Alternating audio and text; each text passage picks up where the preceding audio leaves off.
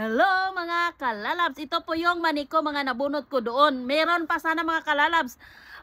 Ang problema mga kalalabs ay nanubo na overdue na talaga yung maniko. Yan po mga kalalabs, pag nagtanim kayo ng mani, dapat pag harvest nyo ay hindi ma-overdue. Ako kasi ay hinayaan ko. At ngayon lang ako ay naisipan ko na bunutin sila ba.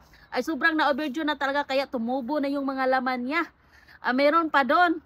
At saka yung pagbunot ko yung iba kasi tumubo ng iba ay naiwan na dong mga laman mga kalalabs.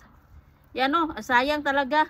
Pero yan mga kalalabs ay okay lang kung may nangaiwan doon ay tutubo naman sila lalaki. Pero kasi akala ko mga kalalabs kasi winter hindi sila tutubo. Ay tingnan nyo. Ay pagkahaba na ng kuan na tumubo sila mga kalalabs.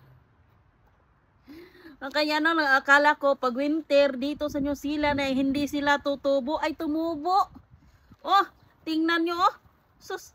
Yan mga tumubo sila. Kasi na-overdue na ba? Yan mga tumubo na sila. Nako. Sayang. Pero di ko alam kung tutubo tapos tutuloy ba wala akong idea. Nasubukan na lang natin.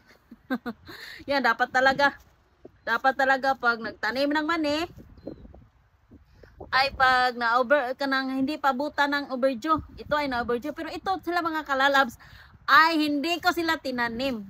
Nagtanim ako nung nakaraan tapos tumubo rin sila kasi hindi ko na-harvest kay nagbakasyon ako sa Pilipinas ba. Ito na naman ang pangyayari mga kalalabs ay tumubo na naman yung mga laman.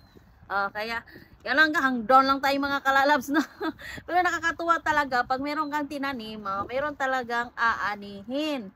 May sumama pang mga laman-laman ng kuan ay ang kuan mga kalalabs na patunayan ko dito sa New Zealand ay pwede ka makapagtanim ng mani.